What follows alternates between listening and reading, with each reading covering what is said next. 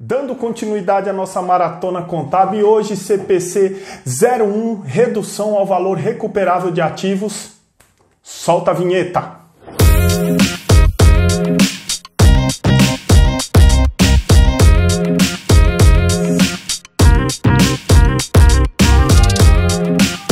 Meus amigos contadores, vamos começar lá de trás, né? Lei 6.404/76, ela já falava do teste de recuperabilidade, o famoso impairment, porém só abrangia ativo imobilizado e ativo intangível. O CPC 01 não, todos os ativos e unidades geradoras de caixa, porém você deve ficar atento, porque na parte do alcance do CPC 01, né, no item 3, ele fala o seguinte: no caso de pronunciamento específico que se refira a caso particular, prevalece o conteúdo desse pronunciamento específico. Por quê? O CPC 01 ele fala de todos os ativos, mas alguns ativos eles têm um tratamento específico. Por exemplo, o estoque no CPC 16. Se você for analisar como chegar ao valor realizável líquido, você vai ver que ele tem a mesma metodologia do teste de recuperabilidade. Porém, você não pode seguir o que reza o CPC 01 e sim o CPC 16 de estoque, porque no alcance do CPC 01 ele já fala, se tem uma norma específica para um tipo de ativo, segue essa norma. Uma coisa muito importante também para olhar aqui no CPC 01 é o objetivo, que na minha opinião faz todo sentido. Olha como seguir os pronunciamentos contábeis vai trazer a sua contabilidade à realidade. Ele reza o seguinte, que o objetivo desse CPC é assegurar que os ativos não estejam registrados por um valor superior àquele passível de recuperação por uso ou venda. Caso existam evidências claras de que os ativos estão avaliados por um valor não recuperável, nós devemos lançar a provisão de perda. Mais para frente eu vou explicar o cálculo. Definições aqui, essa parte é muito importante. Valor recuperável de um ativo ou de uma unidade geradora de caixa é o maior valor entre o valor líquido de venda e o valor de um ativo em uso, né? O seu valor de uso. Então vamos lá, como que você vai fazer o teste de recuperabilidade? Você tem que pegar o maior valor, o valor de venda ou o valor de uso. E o que é valor em uso? É o valor presente de fluxo de caixa futuro estimado, ou seja, você tem que fazer uma projeção de fluxo de caixa para saber qual é a capacidade que esse ativo tem de geração de caixa. E o valor líquido de venda é o valor que você consegue obter nesse ativo através de uma venda. O que for maior entre os dois é o valor que você vai usar para fazer o teste de impairment. Agora eu vou explicar daquele jeito que todo mundo gosta, de forma muito simples. Vou dar aqui um exemplo de venda maior que o uso, né, para o teste de recuperabilidade. Você tem lá um ativo de 100 mil.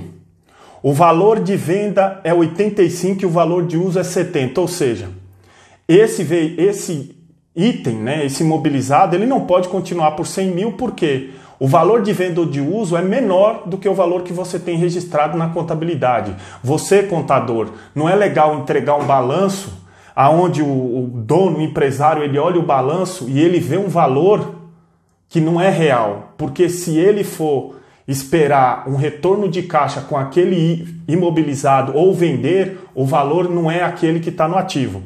Então, entre os dois, o valor de venda é o maior, então o seu valor recuperável é 85 e você tem que jogar como perda 15, ou seja, você vai debitar perda pelo valor recuperável no resultado e creditar perda estimada por valor não recuperável, reduzindo o seu ativo. Aqui outro exemplo, uso maior que venda. O valor é 100, o valor de venda é 80, mas o de uso é 90. Como o valor de uso é 90 e a norma fala que você tem que escolher dos dois o maior, você vai ter o valor recuperável de 90 e a sua perda é de 10. Debita a perda pelo valor recuperável e credita a perda estimada por valor não recuperável, reduzindo o ativo. Agora, uso ou venda maior que o valor contábil. Você tem lá aquele mesmo ativo por 100 mil, o valor de venda é 150 e o valor de uso é 130. Você deve valorizar esse ativo? Não, a norma não permite. Você mantém os 100 mil, ou seja, você não vai fazer nada. Temos uma questão aí do exame de suficiência de 2019. Vamos falar da prova verde, questão 5. Vamos lá. Com base na NBC-TG 01R4, Redução ao Valor Recuperável de Ativos, analise as informações a seguir.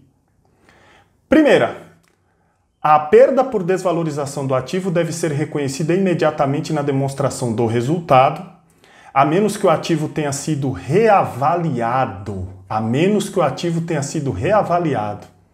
Qualquer desvalorização de ativo reavaliado deve ser tratada como diminuição do saldo da reavaliação. Veja bem que é diferente. 2. As perdas por desvalorização reconhecidas para o ágio por expectativa de rentabilidade futura, o famoso goodwill, devem ser revertidas em períodos subsequentes.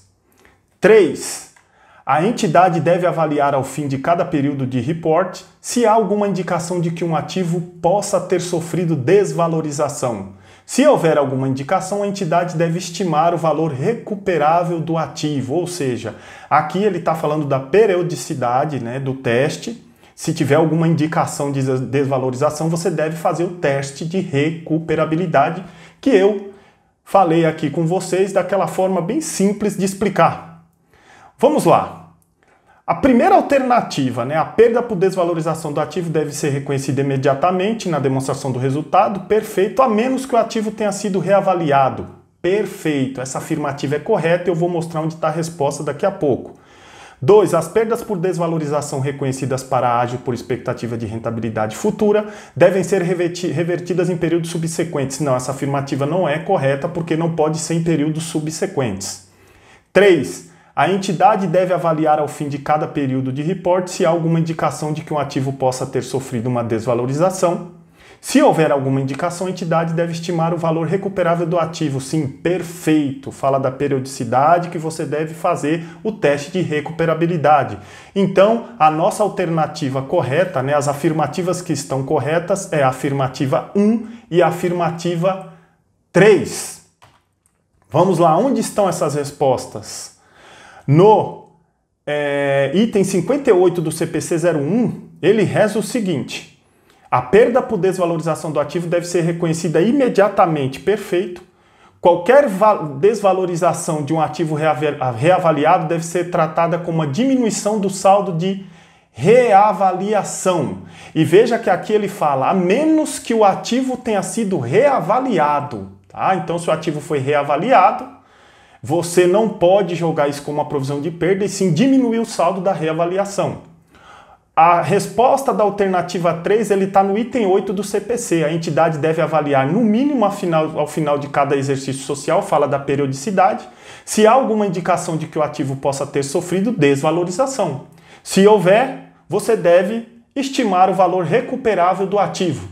Pessoal, muito obrigado por ter ficado conosco aqui nesse vídeo. Finalizamos aqui as nossas dicas importantes do CPC 01. Aquele abraço e até semana que vem. Fiquem conosco. Tchau!